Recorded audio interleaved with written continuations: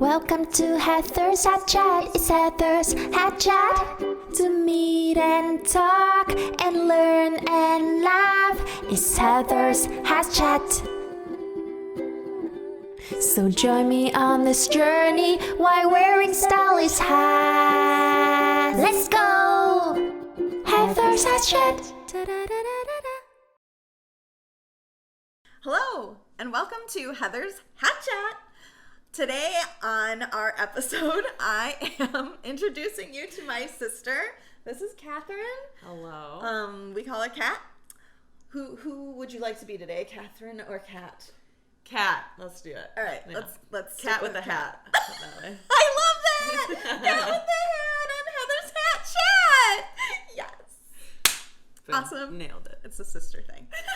So today I brought on my sister because, one, I know her the best out of pretty much anyone, and two, she's someone that really does inspire me, and I like to bring inspiring women onto my channel. And this segment is Heather's Hat Chat, as I said before, and if you like us over on HonestShe, click and subscribe. Yay! So first of all, we're going to describe our hats and talk about them and why we chose them. Got it. So how about you go first, Kat? What Okay. are you wearing? What are you sporting on your head? And why did you choose that hat? I am sporting the Blackhawks. The Stanley Cup The champions. Stanley Cup champions. Woo, woo. Not doing too well this year. Just saying. However, I still love them. I'm still a big fan. So here we are today wearing this and representing. Sports fan. Sports fan. Why the Hawks versus another hat? You just like the style of the hat? Like what? the style, and you know what? The first one I saw. The Yep, first one first you one saw I in the just- closet. Picked it up and put it on. All right. Well, this hat I decided because it kind of goes with the ensemble. Yeah, totally. And I've actually had this one for a while, but I never really get to wear it. Yeah. And I was like, It matches. let's wear this stylish hat today Let's do it. with my sister. But I have had this one for a little bit, so I'm hoping that I'm I remember pulling it off. it's been in your closet for a while. Yeah. So why not take it out and enjoy? Introduce it. So that's our hat segment. But let's talk a little bit about you, shall we? Sure. Sure. So actually, I brought you on because I wanted to hear a little bit about your story, and I'm really excited about what your career has become since I've known you as a wee child. A little one. Kat's been into sports her whole life, mostly volleyball. She's grown as a volleyball player, into a coach, and has been very sporty, athletic, a health and fitness nut for a really long time, and has kind of developed her career as such. And I was hoping that you could tell me a little bit about maybe why you're so passionate about sports and why you made this sports, health, fitness journey as part of your career goal. So I got involved with sports because I loved it. It kept me active and a big advocate of health and fitness. So I really enjoyed it. I was really good at it. Normally people, continue with their sporting career. It's because, you have some kind of talent going on. And as you grow, you learn more and more and you can reach some college level as I did. So really enjoyed it, was good at it, and pursued it as much as I could. And then when I was done with my volleyball career as a player, I decided to go and coach to stay involved with the athletic career. And from there, got my current job now, which kind of took a little bit of a turn as a neuroexercise specialist. So dealing with neurological conditions, so dealing with PD, stroke, and all of that. So That's so awesome. So what is it like working with patients as opposed to, like, you worked with students before and you coached students and mostly in volleyball, right? So how is it different than coaching like a pure young athlete to coaching or to helping those that may have some, diseases or body needs so they can recover better? I'm not a neurological specialist, but this one understands all of that better. So if you could explain kind of what the difference is and how you feel about each of those differences, maybe. I think as a coach, I push in both. I push in as a coach here as what I do, and I pushed as an athletic coach with 16 to 15 to 18-year-olds. So there's a difference with how you approach the situations. And for this one, you're dealing with older population. And so it's pretty much they're fighting for their lives to get healthy. And the other with your high school students is I want to learn how to play a sport, and I want to push and go as far as I can with it for some of them who are dedicated. So they have two different goals in life. And I worked with athletes who wanted to go, make a college choice and play there. And now I'm involved with go, try and make these patients better, try and get them healthier, live their best life that they can live as of now. And so a big difference, but both really, really cool to deal with. Did you think you would be working with actual patients one day? Like, did you actually think that you would make it in? No. Make this into your career? No, absolutely not. No? If you would have told me I was going to do this 5 years ago even, no. It's not something that you even fathomed. No, not even an option. It's crazy. I love it. I absolutely love it. So it wasn't anything, it just kind of fell into place. And what's cool is that you've kind of developed into this adult. So proud of my little sister. But you moved away to kind of start your career as the coaching. Yeah. And you learned some things from that. Now, I've never moved away from my state, so I've learned a lot about moving out of state from my sister and the struggles that come with not having family around. And I think that it's really almost brave in a way to like take yourself out of your comfort zone. Yeah. Like near your family and going somewhere else to learn something new, meet new people. Mm-hmm. Maybe talk a little bit about how you felt leaving and then coming back and what you kind of gained learned from it. Yeah. So leaving Illinois,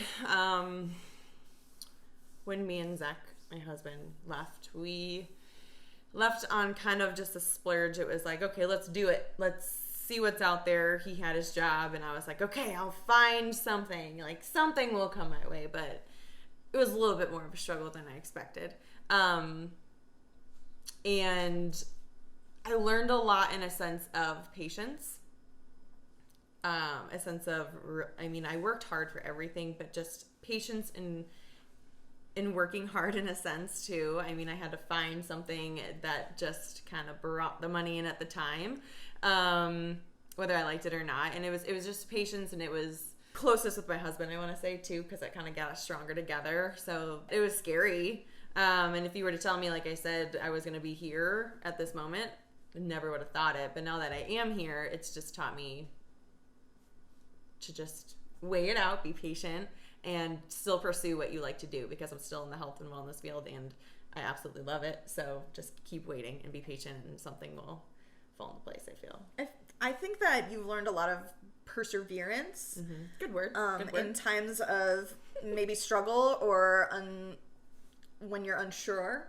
Yeah. You just kind of moved forward and let life take you down the path that it was going to take you. Mm-hmm. And roll with the punches kind of deal. Yeah, and I think that that's very brave, and it's something that I've never done myself. Mm-hmm. So I'm really proud to, see that you've done that and still been successful, because there's people out there that are scared to take those kinds of risks, right? And yeah, they are scary, which is why I probably haven't tried it. But my sister has, and she's discovered that, yeah, it is scary, but once she did it, it wasn't as scary because she was able to accomplish something. Mm-hmm. And then she decided to come back because she wanted something new, something different. Be back by family. Family was. She wants to be with me. Family was important, and knowing opportunities were here as well. It was also important. So, and like I said, everything fell into place when it needed to. Everything happens for a reason. I truly believe in taking the leap to try and do it. And whether you fail or succeed, it doesn't matter, because you've experienced it. And if you want to try it, go ahead and try it. Things will fall into place, and things, I believe, happen for a reason. And even though it didn't work out right away, fought through it, and I'm here where I want to be. So I found a job. It sounds like your job is really fulfilling. It's so fulfilling. I love it. Can you tell me sort of how you feel fulfilled in your role, and what is it that makes you like love your job so much? It's fulfillment for me because you are working with people who Parkinson's disease is incurable right now. There's nothing to stop it, and so you are fighting with them to try and get them as close as to function in everyday life. That's what we do. We make them do functional movements that they can do at home, anywhere, just to keep moving, and that in itself is very important, and they appreciate that so much. Their family appreciates it so much, and you create a bond with their clients. And every client we have, you create this bond of like, it's almost like a new family member you're bringing in, and so you feel for them, you do what you can for them, and if something were to happen to them, it's heartbreaking, but it's just knowing you're doing something for them to progress, or if their progression starts, you're still keeping up with them and doing as much as you can. So I don't know, I love it. So you feel kind of proud that you are involved with it. Absolutely. In something that would make a difference to someone else's life. And I'm really proud that you do that too. Thank you. Do you have any tips or tricks about what to do when you're faced with something that's a little bit scary and you maybe should just go for it? Do you have any tips? Well, I think at the darkest time or at the lowest time is when you fight the hardest. And you learn so much when you're at your lowest that if you're motivated enough, you're going to find a way. And I have a saying I say to myself if I'm ever scared or nervous about something, which I told you, is fear lies. It lies. Your mind plays tricks on you. Your mind goes off on tangents and says, oh, what if this happens? You're not going to do this. Or in the future, if I do this, nothing's going to happen here. It lying to you. So in my head, I always just say fear's lying to me. And I don't like liars. I'm not a big fan of liars. So it kind of swipes that whole message out for me, and I'm fine. I just lose it and I move on. So I keep that quote with me for most of the time. I like that mantra too, because in our main channel, Hello HonestShe, we talk a little bit about that sort of thing and how we kind of let things happen to us and we fear what's going to happen in the future. We take what was in the past with us, and it doesn't necessarily help you along the way. You learn things from your past, but if you keep them with you too long and they're negative, it's not going to help you. And then if you think too much into your future, then it may or may not happen, and you just worry about it so much. So if you're fearful of it, you're having anxiety about stuff like that, fear lies. And I really like that mantra. So thanks for sharing. Yes. Well, thank you so much for coming on the show. If this is a show, this segment. And I really appreciate it, and good luck with everything. I'm so proud of you. Thank you. And thank you guys for tuning in. Until next time, make sure you like and subscribe. And I'll have Kat's information if you want to follow her on Instagram. I'll put her information in the description. Till next time. See ya.